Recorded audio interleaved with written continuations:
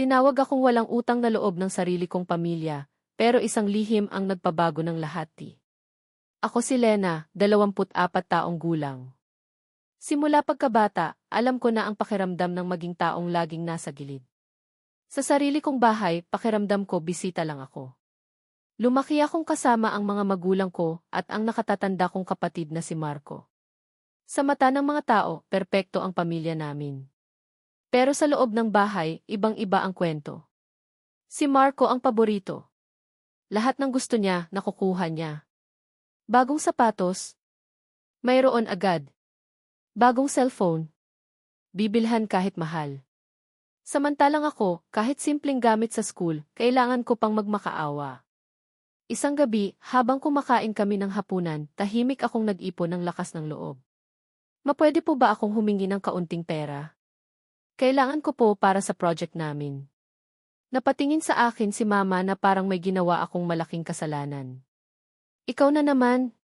Lena, puro ka gastos. Hindi ka ba nahihiya? Si Marco nga, hindi reklamo ng reklamo. Napayuko ako. Ma, kailangan ko lang po talaga. Biglang tumawa si Marco. Ma, hayaan mo na. Baka gusto niya maging mas matalino sa atin. Natawa sila. Lahat sila. Maliban sa akin.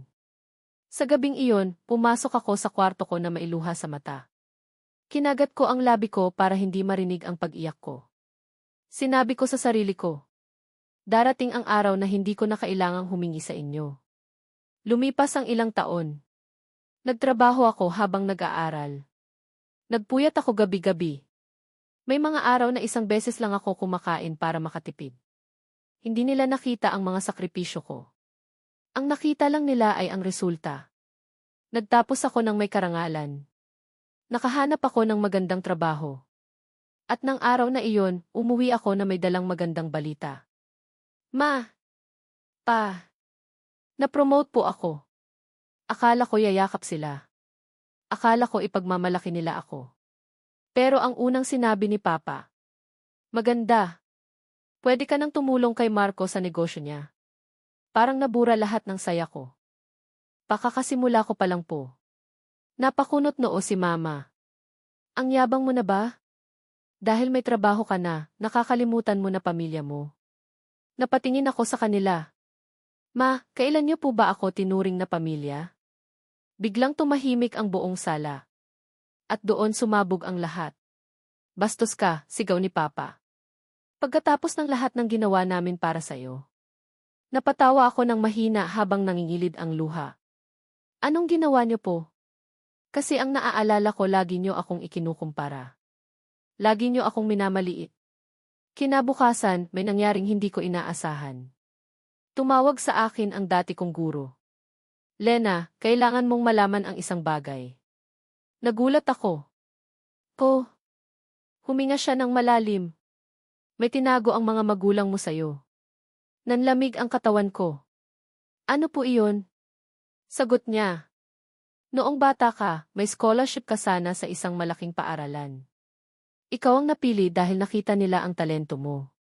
Napangiti ako ng bahagya. Talaga po? Pero biglang nagbago ang tono niya. Pero hindi ka nila pinayagan. Natigilan ako. Bakit po? Tahimik siya sandali bago sumagot.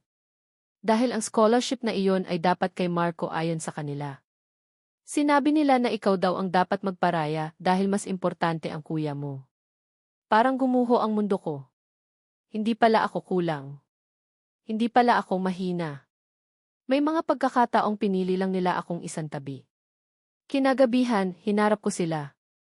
Ma, bakit niyo po ginawa iyon? Nagulat sila. Ano bang sinasabi mo? Tanong ni Mama. Yung scholarship.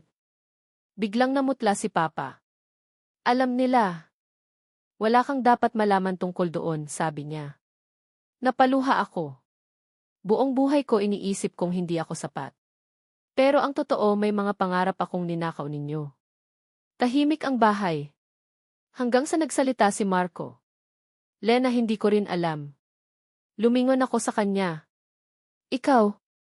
Hindi mo alam? Umiling siya. Akala ko kaya hindi mo ako gusto dahil inggit ka lang. Doon ko nakita ang unang pagkakataon na hindi siya kampi sa kanila. Makalipas ang ilang linggo, nagkaroon ako ng pagkakataong makausap ang pamilya ko. Humingi sila ng tawad. Pero ang pinakamahirap tanggapin ay hindi ang sakit, kundi ang katotohanang ang mga taong dapat unang naniwala sa akin sila pa ang unang sumira ng tiwala ko. Pero natutunan ko ang isang bagay. Hindi lahat ng pamilya ay nasusukat sa dugo. Minsan, ang tunay na pamilya ay iyong mga taong naniniwala sa'yo kahit wala ka pang napapatunayan. At higit sa lahat, huwag mong hayaang maging basehan ng halaga mo ang opinyon ng ibang tao. Dahil minsan, ang taong palaging minamaliit, siya pala ang taong kayang lumampas sa lahat ng inaasahan. Ang pagmamahal sa pamilya ay hindi dahilan para tiisin ang pang-aabuso at pangmamaliit. Ang bawat tao ay may sariling halaga at walang sinuman ang may karapatang magnakaw ng pangarap ng iba.